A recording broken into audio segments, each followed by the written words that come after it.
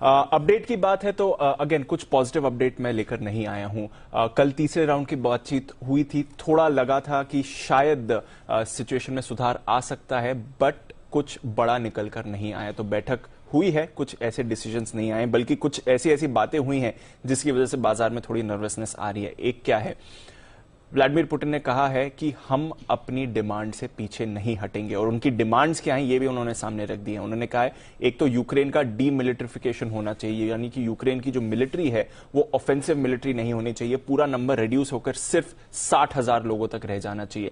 दूसरा, क्राइमिया और Luhansk Donetsk के जो रीजन्स हैं उसको, क्राइमिया को रशिया का पार्ट माना जाना चाहिए, और लुहांस्क और डोनेट्स्क को इंडिपेंडेंट नेशंस का करार देना चाहिए। अगर आप ये सारी बातें मानने को तैयार हैं और इसके साथ ही यूक्रेन अपना कॉन्स्टिट्यूशन इस तरह से अमेंड करे जो ये गारंटी देता है कि आगे यूक्रेन न्यूट्रल रहेगा, यानी कि नेटो या फिर यूरोपियन यूनियन जैसी किसी अलायंस को ज्वाइन नहीं करेगा, अगर इन सब बातों की यूक्रेन हमें गारंटी देता है तो युद्ध आज ही हम बंद करने को तैयार हैं। पर ये इतनी सख्त कंडीशंस हैं कि यूक्रेन इसको मानने को तैयार नहीं है। तो एक स्टेलमेट की तरह वहीं पर सिचुएशन अटकी हुई है, कुछ नया निकलकर आया नहीं है। इनफैक्ट जो इंटेंसिटी है वॉर की वो हम देख ही रहे हैं। एयर स्ट्राइक्स इस समय ज्यादा बढ़े, ग्राउंड ऑफेंसिव उतना ज्यादा नहीं हो रहा है, पर एयर स्ट्राइक्स काफी बड़े हुए हैं। इसके अलावा दो तीन इंटरेस्टिंग चीजें आई हैं।